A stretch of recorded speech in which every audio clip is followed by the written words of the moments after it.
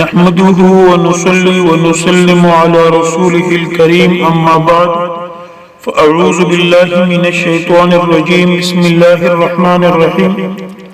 محترم سامعین و ناظرین، السلام علیکم ورحمۃ اللہ وبرکاتہ۔ آج کی نشست میں ان چیزوں کے بارے میں گفتگو کریں گے جن سے روزہ نہیں ٹوٹتا۔ اگر کسی شخص نے بھول کر روزے کی حالت میں کچھ کھایا پیا تو اس سے روزہ نہیں ٹوٹتا۔ کھانے کی حالت میں کسی نے یاد دلایا کہ آپ کا روزہ ہے اور یہ کھانے والا اس بات کو سمجھا نہیں اور کھاتا رہا تو اس صورت میں روزے کی قضا ہوگی، یعنی رمضان کے بعد قضا کے طور پر اس ایک روزے کو پھر رکھے گا اور کفارہ نہیں ہوگا۔ یہاں پر یہ بات سمجھنا چاہیے کہ اگر کوئی روزے کی حالت میں بھول کر کھانا کھاتا ہے تو کیا اس کو یہ یاد دلانا چاہیے یا نہیں کہ آپ کا روزہ ہے؟ تو اس میں تفصیل یہ ہے کہ اگر کھانے والا شخص اتنا لاغر اور کمزور ہو کہ اگر آپ نے اس کو یاد دلایا کہ آپ کا روزہ ہے تو وہ بھوک اور کمزوری کی وجہ سے شام تک روزہ نہیں رکھ پائے گا، تو پھر اس کو یہ نہیں بتانا چاہیے کہ آپ کا روزہ ہے۔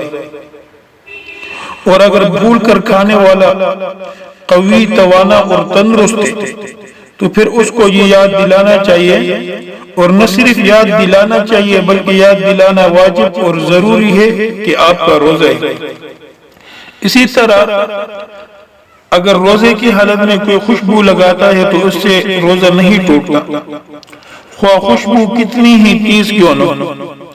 اسی طرح گرد و غبار یا دھواں بے اختیار منہ میں داخل ہو کر حلق سے نیچے اتر جائے تو اس سے بھی روزہ نہیں ٹوٹتا۔ ہاں، اگر کسی شخص نے قصداً اور ارادتاً کسی چیز کے دھوئیں کو منہ یا ناک کے ذریعے سے کھینچ لیا تو اس سے روزہ ٹوٹ جائے۔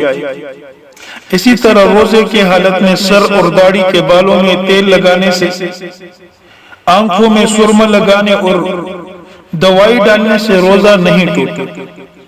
اگرچہ سرمہ اور دوائی کا مزہ حلق میں محسوس ہونے لگے، اس سے روزے پر کوئی فرق نہیں پڑتا، لیکن اس میں شرط یہ ہے کہ یہ کام ضرورت کے تحت کیا ہو۔ اگر سرمہ محض زینت اور خوبصورتی کے لیے لگایا ہو تو اس سے روزہ ٹوٹتا تو نہیں ہے مگر مکروہ ہو جاتا ہے، اور مسواک کرنے سے بھی روزہ نہیں ٹوٹتا۔ مسواک جس طرح غیر رمضان میں ہر وضو کے وقت کرنا سنت ہے، اسی طرح روزے کی حالت میں بھی ہر وضو کے لیے مسواک کرنا سنت ہے۔ اور مسواک کرتے وقت اگر مسواک کا چھوٹا سا ریشہ حلق سے نیچے اتر جائے تو اس سے روزہ نہیں ٹوٹتا۔ دانتوں کے درمیان کوئی چیز پھنسی ہو اور اس کی مقدار چنے کے دانے سے کم ہو، اگر کوئی روزے کی حالت میں اس کو نگل جاتا ہے تو اس سے بھی روزہ نہیں ٹوٹتا۔ اسی طرح بلغم اور تھوک کو نگلنے سے بھی روزہ نہیں ٹوٹتا۔ کان میں کسی نے پانی ڈالا یا پانی چلا گیا تو اس سے بھی روزہ نہیں ٹوٹتا، دوائی ڈالنے سے البتہ روزہ ٹوٹ جاتا ہے۔ اسی طرح روزے کی حالت میں انجکشن لگانے سے بھی روزہ نہیں ٹوٹتا، خواہ وہ انجکشن رگ کی ہو یا گوشت کی ہو۔ اور روزہ نہ ٹوٹنے کی وجہ یہ ہے کہ انجکشن کے ذریعے دوا اگر معدے اور دماغ تک پہنچتی ہے تو وہ گوشت کے مسامات اور رگوں کے ذریعے سے پہنچتی ہے، اور روزہ ٹوٹنے کے لیے ضروری ہے کہ کوئی چیز معدے اور جوف دماغ تک منفذ اصلیہ اور مسامات اصلیہ کے ذریعے سے پہنچ جائے، جو کہ منہ اور ناک۔